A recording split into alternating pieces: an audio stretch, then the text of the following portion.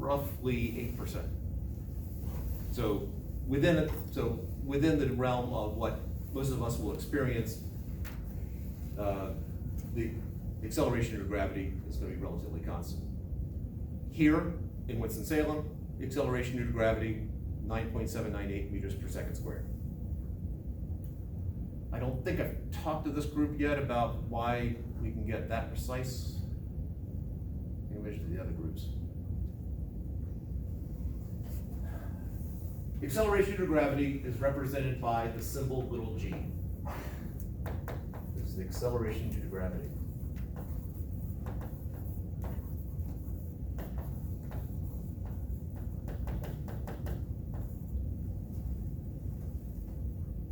The acceleration is how the velocity changes. If I take an object and I drop it, it's the rate at which the velocity changes as something will fall. Or if you're throwing it up in the air, the rate at which the velocity changes as it goes up in the air.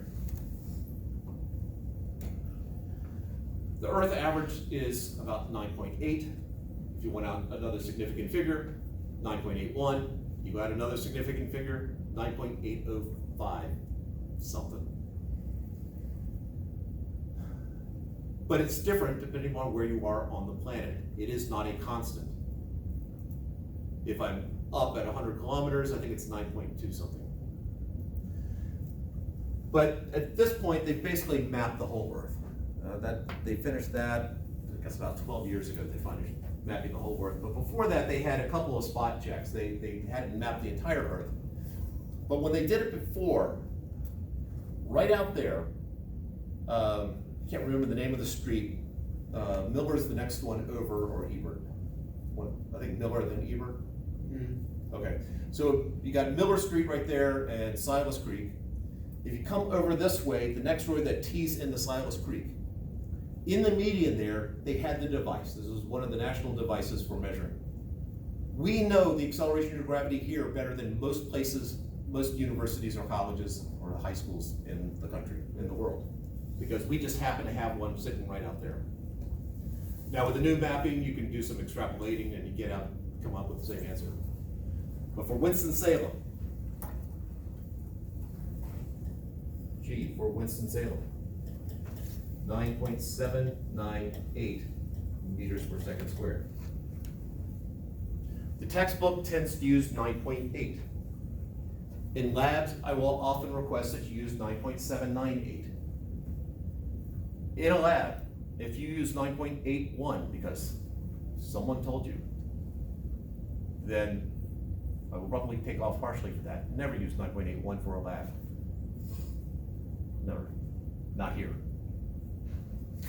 Now, if you go into a four-year school with a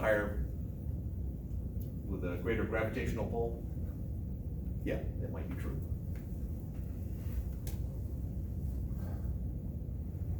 So, G is a scalar.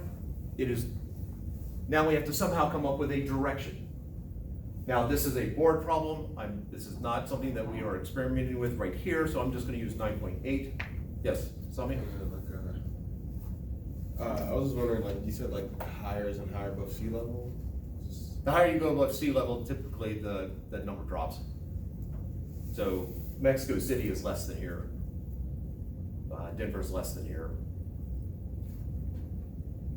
The largest I saw was North Pole. I think North Pole was the largest one. I don't have the sheets with me. Somewhere I've written, I have this printed out and I used to carry with me to class, but it's lost to the ages.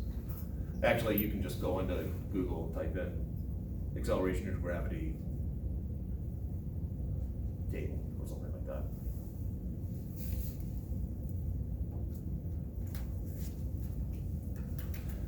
All right, so as this object is going up, which way is the gravitational pull pulling on it? Down. Yeah, down. Down. Is that positive or negative in this problem? Negative. Negative. So my acceleration, negative 9.8 meters per second squared. I now have 3 pieces of information. I can find the other 2.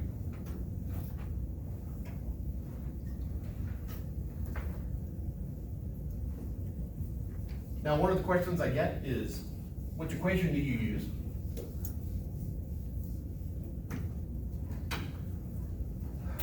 Well, let's see, if we're finding time first, I want the equation that has time, so not using that one. I want the equation that has time in it, but I don't have displacement, so I want the equation that has time but not displacement. That one. So I add 0 equals 25 minus 9.8 times time.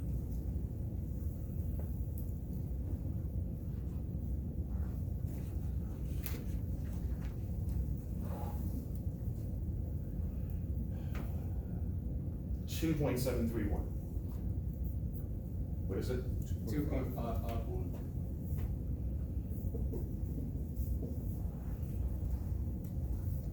And let's finish it off.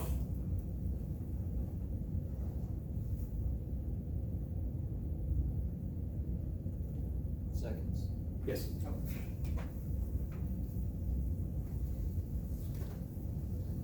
This is physics, it's not math class. Units are far more important. If this were a 10-point problem and you just wrote down 2.551, I would take off 3 points. If you left the units off. So we now know the time.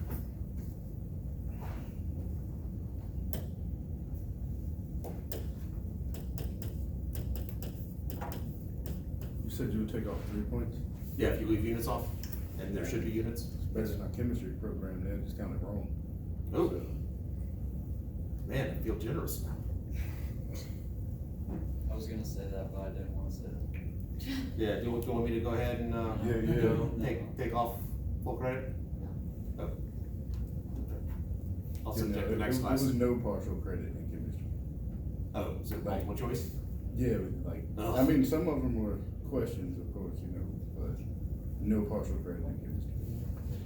Yeah, that's one of the reasons I'm not a fan of multiple choices, because that usually comes down to a no partial credit. Yeah, remember, like, it was one where I was supposed to write grams over moles, and I forgot to write moles. 10-point question wrong because of that. Seems rather brutal. It's pretty rough. What kind over here in physics? What kind? Chemistry is just physics of the earth, Chemistry is physics of the earth. basically. I would have thought geology was the physics of the earth. Chemistry is just, remember, chemistry can always be explained by physics. Physics cannot be explained by chemistry. We are beyond that. I said that once in front of the person who was the head of chemistry here at that time. And she said, why don't we bring a mathematician into the conversation? Yeah, you can't really have physics without math. All right, anyway, we have to find the displacement now. We now know 4 things because we have found time. So actually anything except for the first equation, because all the rest of them have displacement in it. And if we have time, probably the second equation works the simplest. But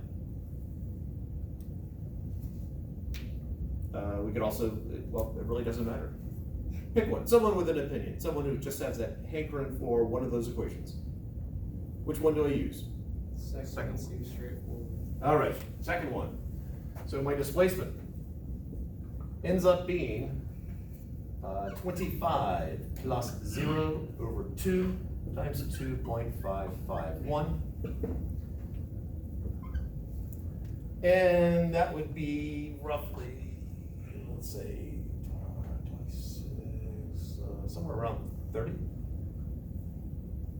31.8875 30.8875. meters. Thank you. Meters. 30. Oh, yeah, 31.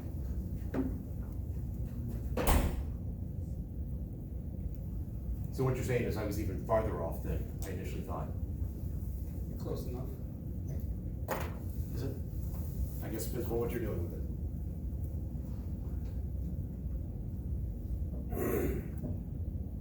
Questions?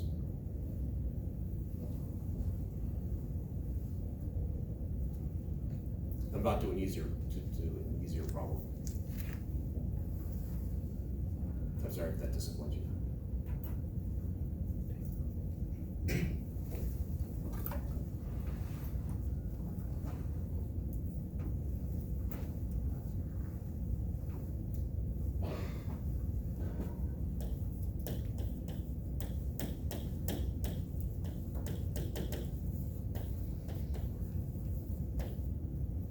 Car is moving along a straight, horizontal path.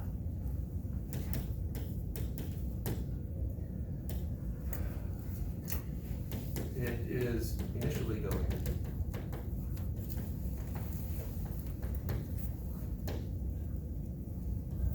32 meters per second, positive 32 meters per second, and accelerates uniformly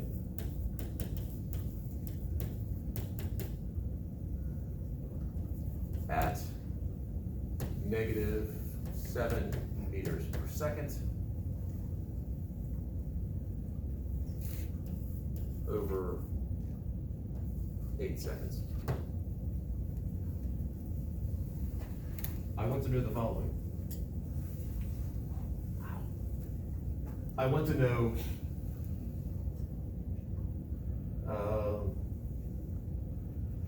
the velocity at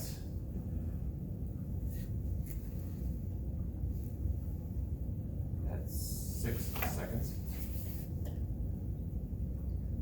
I want to know the final velocity. I want to know the displacement for the whole trip. I would like to know the time when the velocity is 0 meters per second, the time when the velocity is 10 meters per second, the time,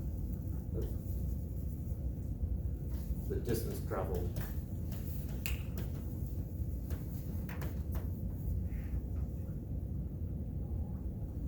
and average speed.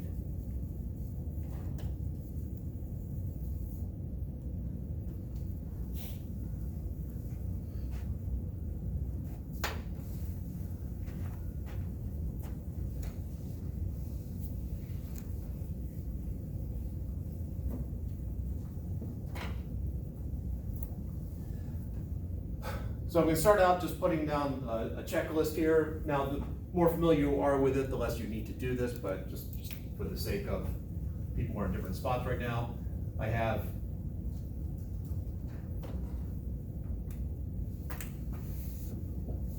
displacement, initial velocity, final velocity, acceleration, and time. So I've got my big five quantities.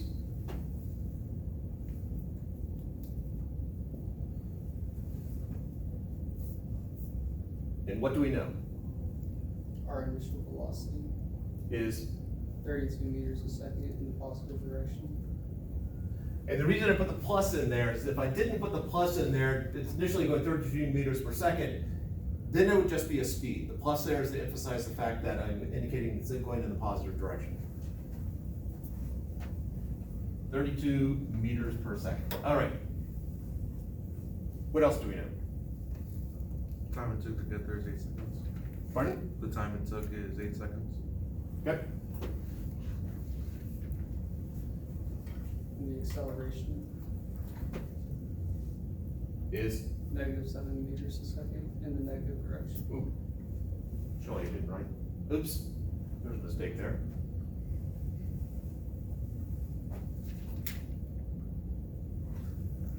The seconds are squared. Meters per second squared. All right. I know 3 things. I can find the other 2. Let's do velocity at 6 seconds last.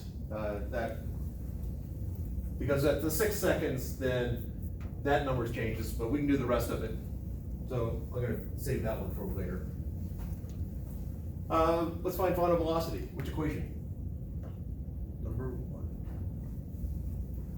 that'll adjust that. All right, so I have VF is equal to 32 minus 7 times 8.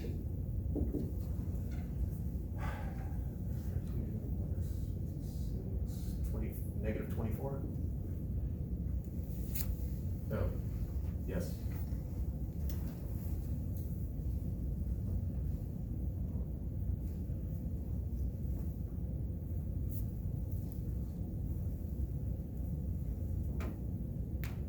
Retention bounds.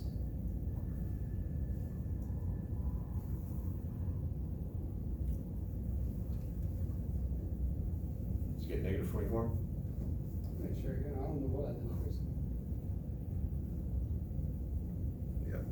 Okay.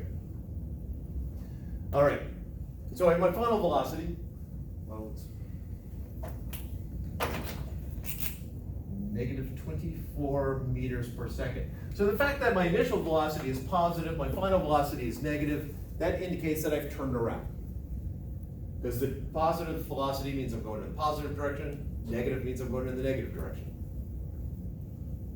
It is also implied by the fact that I asked at what time is the velocity 0, implying that it does stop at some point. All right, over the 8 seconds, what is my displacement? Which equation should I use? Second one. Okay.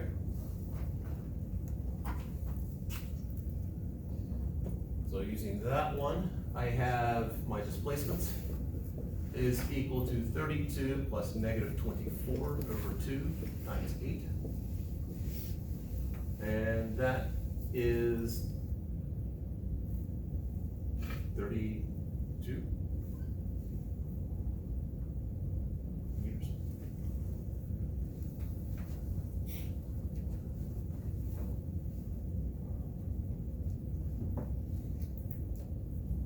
(32 plus negative 24 is 8, divided by 2 is 4. What is these? I think that's right.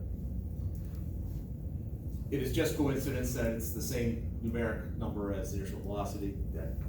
That's not a shortcut. It just happened to work out that way.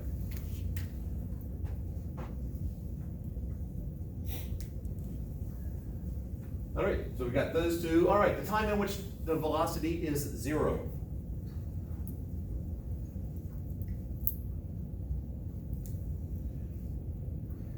If I'm trying to figure out the time at which it's 0, of my quantities over there, what's going to still be the same? I'm now trying to find time. The acceleration. Yeah, acceleration is still the same. So, negative 7 meters per second squared. What else will be the same? Initial velocity. All right, so 32 meters per second. But we need one other piece of information, and what is that last piece of information we need actually to solve the time at which the velocity is 0? Final velocity. Yeah. 0 meters per second. So I need to figure out time. Which equation should I use? First one. Yeah. So I've got 0 is equal to 32 minus 7t. T would be 32 sevenths, which is 4 and 4 sevenths. Sounds right. Which is 4.5814.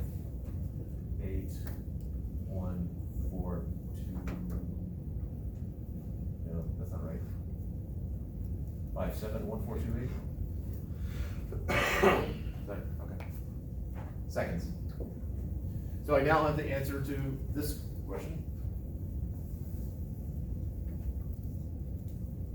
I'm going to skip this one for right now. Let's now go down to the distance traveled.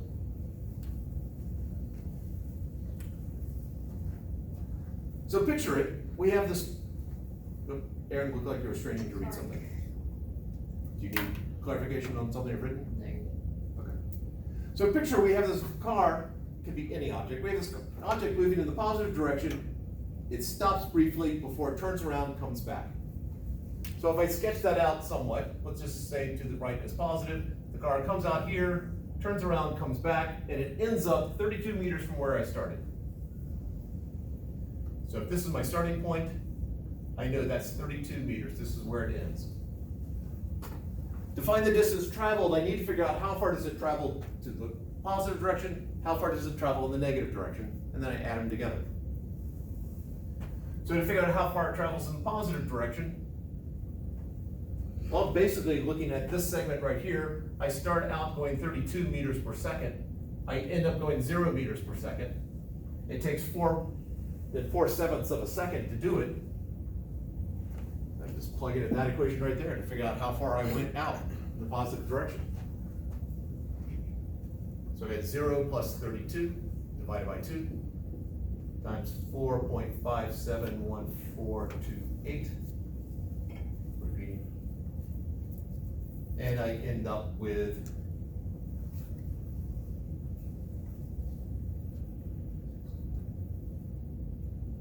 73 point something? 73.14. 1.1. So from here to here, I go 73.14 meters. From here to here. How far do I come back in the negative direction? 73.14 minus 32. Yep. Because I end up 32 meters from where I started. That's what that number there is. And so this has to be the difference between those two. Doing the fancy math here, we get 41.14 meters. Is that a question, Aaron? Okay. So I'm not trying to pick on you, just. No, you're good. So the total distance traveled would be 73.14 meters plus 41.14 meters. These are not vectors, these are distances I'm adding together. They're not vectors, so we add them just like we were taught in elementary school. So the distance traveled, 73.14, and then 41.14, 8 to 4.